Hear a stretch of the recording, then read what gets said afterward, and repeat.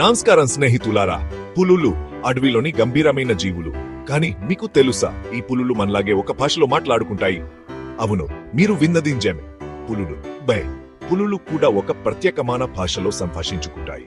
ఈ వీడియోలో మనం పులుల భాష గురించి తెలుసుకుందాం.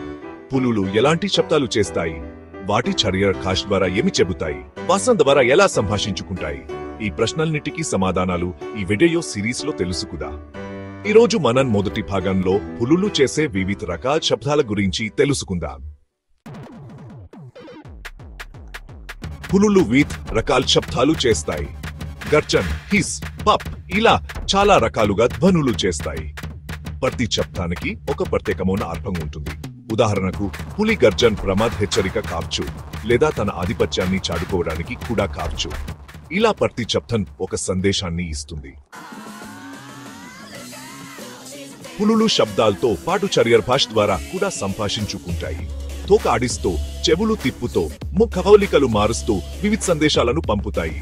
ఉదాహరణకు, పులి తోక నిటారుగా ఉంచితే అది ఆక్రమణ సూచిస్తుంది. అదే తోక నెమ్మదిగా ఆడిస్తూ ఉంటే స్నేహపూర్వకంగా ఉందన్న అర్థం. అధ్యాయం 3 వాసన ద్వారా సంభాషణ. పులులు తమ మూత్రం, మలం ద్వారా కూడా సంభాషించుకుంటాయి. ఇలా వాసన ద్వారా తమ సరిహద్దులను గుర్తించుకుంటాయి. ఇతర పులులకు హెచ్చరికలు కూడా పంపుతాయి. పులులు చేసే వివిధ రకాల శబ్దాలు మరియు వాటి అర్థాల గురించి ఈ వీడియోలో తెలుసుకున్నాం. తదుపరి భాగంలో పులుల శరీర భాష మరియు వాసన ద్వారా సంభాషణ గురించి మరింత లోతుగా తెలుసుకుందాం. మరిన్ని ఆసక్తికరమైన వాస్తవాల కోసం మా ఛానల్ని లైక్ చేయండి, షేర్ చేయండి మరియు సబ్స్క్రైబ్ చేయండి.